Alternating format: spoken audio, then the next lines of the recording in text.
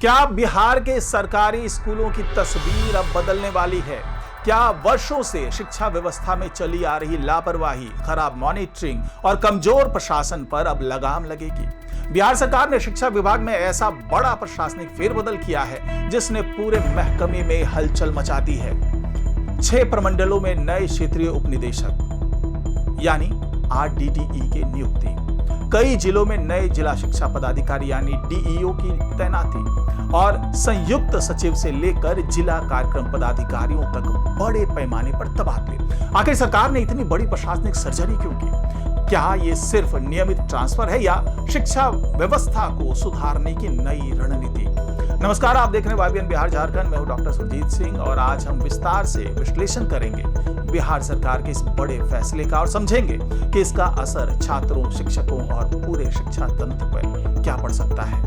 तो बिहार में शिक्षा हमेशा से सबसे बड़ा और महत्वपूर्ण राजनीतिक और सामाजिक जो है वो मुद्दा रहा है। सरकारी स्कूलों की गुणवत्ता, शिक्षकों की उपस्थिति, छात्रों की सीखने की क्षमता, बोर्ड परीक्षाओं का संचालन, विद्यालय में आधारभूत सुविधाएं और योजनाओं का क्रियान्वयन, ये सभी ऐसे मुद्दे हैं जिन पर लगातार चर्चा होती रही है। इस बीच बिहार सरकार ने शिक्षा विभाग में व्यापक प्रशासनिक फेरबदल करते हुए बिहार शिक्षा सेवा के कई वरिष्ठ अधिकारियों को नई जिम्मेदारियां सौंप दी हैं। शिक्षा विभाग द्वारा जारी आदेश के अनुसार केवल जिला स्तर पर ही नहीं बल्कि प्रमंडल और विभागीय स्तर पर भी बड़े बदलाव किए गए हैं। नई नियुक्तियां जिन प्रमुख पदों पर हुई है उनमें शामिल है क्षेत्रीय उपनिदेशक शिक्षा यानी कि RDDE, जिला शिक्षा पदाधिकारी यानी DEO, जिला कार्यक्रम पदाधिकारी यानी DPO, संयुक्त सचिव, उप सचिव और बिहार शिक्षा सेवा के कई अन्य अधिकारी। यानी ये बदलाव के कुछ जिलों तक ये बदलाव सीमित नहीं है बल्कि पूरे प्रशासनिक ढांचे को प्रभावित करने वाला ये फैसला माना जा रहा है। सबसे महत्वपूर्ण बदलाव जो है वो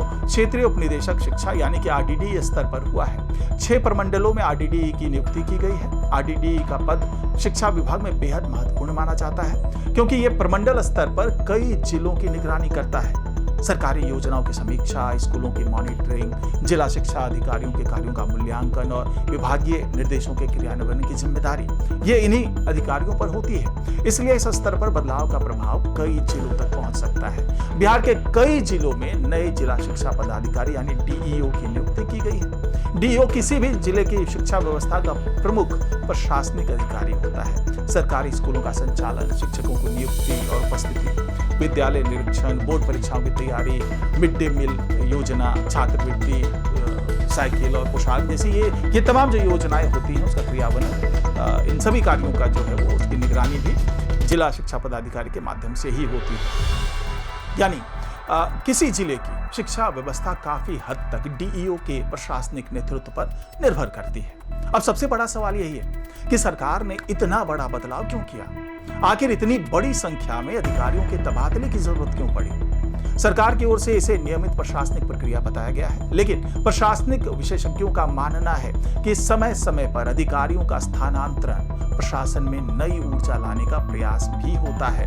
नई जिम्मेदारी मिलने पर अधिकारी नए दृष्टिकोण के साथ काम करते हैं। लंबे समय से एक ही स्थान पर तैनाती से बनने वाला जो स्थानीय दबाव है और जो प्रशासनिक जड़ता है उसको भी कम करने की कोशिश की जाती है। यह सबसे महत्वपूर्ण प्रश्न है, क्या केवल अधिकारियों के बदलने से शिक्षा व्यवस्था में सुधार आ पाएगा? इसका सीधा जवाब आसान नहीं है। अगर नए अधिकारी सक्रियता से काम करते हैं, नियमित स्कूल निरीक्षण करते हैं, शिक्षकों की उपस्थिति सुनिश्चित करते हैं और योजनाओं के क्रियान्वयन की प्रभावी निगरानी करते हैं तो निश्चित रूप से सकारात्मक बदलाव देखने को मिल सकता है। लेकिन अगर केवल पदस्थापना बदल जाए और कार्यशैली वही रहे तो अपेक्षित परिणाम मिलना कठिन होगा। आज भी कई सरकारी स्कूलों के सामने अनेक चुनौतियां हैं। कुछ विद्यालयों में शिक्षकों की कमी, कहीं आधारभूत सुविधाओं का अभाव है, कुछ जगहों पर छात्रों की नियमित उपस्थिति चिंता का विषय है। कई स्कूलों में डिजिटल शिक्षा की सुविधाएं अभी भी सीमित हैं। इसके अलावा सीखने का स्तर में भी सुधार जो है वो सरकार के सामने बड़ी चुनौती बना हुआ है। ऐसे में नए अधिकारियों के सामने केवल प्रशासन संभालना ही नहीं बल्कि इन समस्याओं का समाधान निकालना भी बड़ी जिम्मेदारी होगी। अगर जिला और प्रमंडल स्तर पर निगरानी मजबूत होती है तो इसका सीधा असर शिक्षकों की कार्यप्रणाली पर भी पड़ सकता है। स्कूल निरीक्षण की संख्या बढ़ सकती है, अनुपस्थित रहने वाले जो शिक्षक हैं उस पर कार्रवाई तेज हो सकती है, समय पर कक्षाओं के संचालन की निगरानी बेहतर हो सकती है। इससे शिक्षा व्यवस्था में अनुशासन बढ़ने की भी संभावना है। बिहार सरकार शिक्षा क्षेत्र में कई योजनाएं संचालित करती है।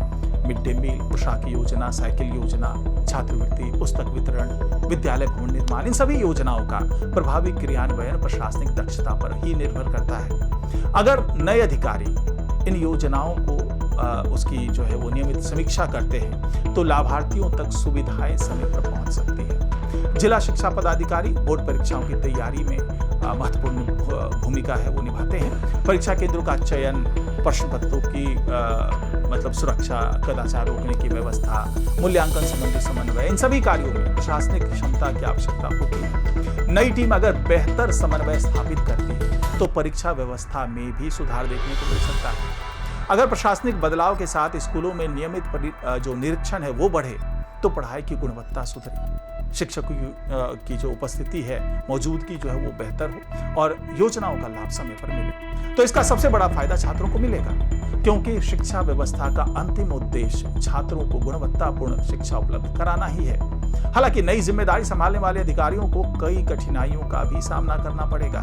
नई जगह की जो प्रशासनिक स्थिति है उसको समझना होगा, लंबित मामलों का निपटारा, स्कूलों की जो वास्तविक स्थिति है उसका आकलन और सीमित संसाधनों में बेहतर परिणाम देना, ये सारी चुनौतियां हैं। ये सभी आसान काम नहीं है, इसलिए केवल तबादला ही पर्याप्त नहीं होगा, बल्कि लगातार मॉनिटरिंग और जवाबदेही भी जरूरी होगी।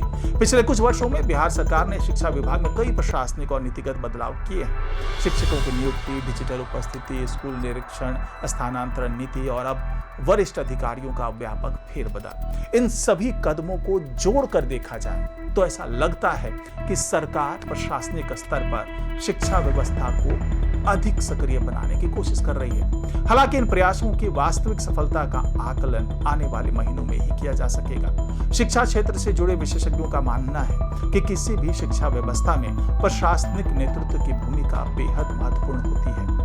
एक सक्रिय जिला शिक्षा पदाधिकारी पूरे जिले की कार्य संस्कृति बदल सकता है। इसी तरह एक प्रभावी आरडीडीई कई जिलों की निगरानी व्यवस्था को मजबूत बना सकता है। लेकिन साथ ही विशेषज्ञ ये भी कहते हैं कि केवल अधिकारियों का बदलना पर्याप्त नहीं है।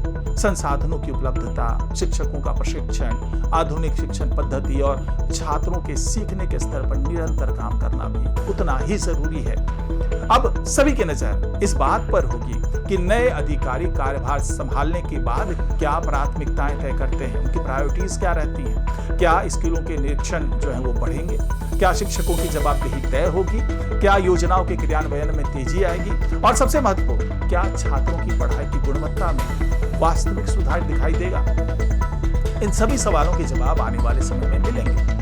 बिहार सरकार ने शिक्षा विभाग में बड़े पैमाने पर प्रशासनिक फेरबदल करते हुए 6 प्रमंडलों में नए आरडीडी, कई जिलों में नए डीईओ और अनेक अन्य जो अधिकारी है उनको जिम्मेदारियां सौंपी है। अब ये सब कुछ जो है वो सरकार की मंशा जो है वो प्रशासनिक दक्षता बढ़ाने और शिक्षा व्यवस्था को अधिक प्रभावी बनाने की है। हालांकि किसी भी बदलाव की असली परीक्षा उसके जमीनी क्रियान्वयन में होती है। अगर नए अधिकारी जो भी हैं वो पारदर्शिता, नियमित निगरानी और जवाबदेही के साथ काम करते हैं तो इसका सकारात्मक असर बिहार के लाखों छात्रों और सरकारी स्कूलों पर देखने को मिल सकता है। आपकी क्या राय है?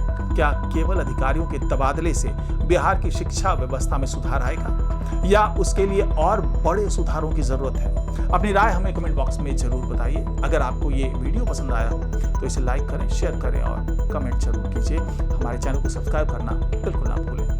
नमस्कार।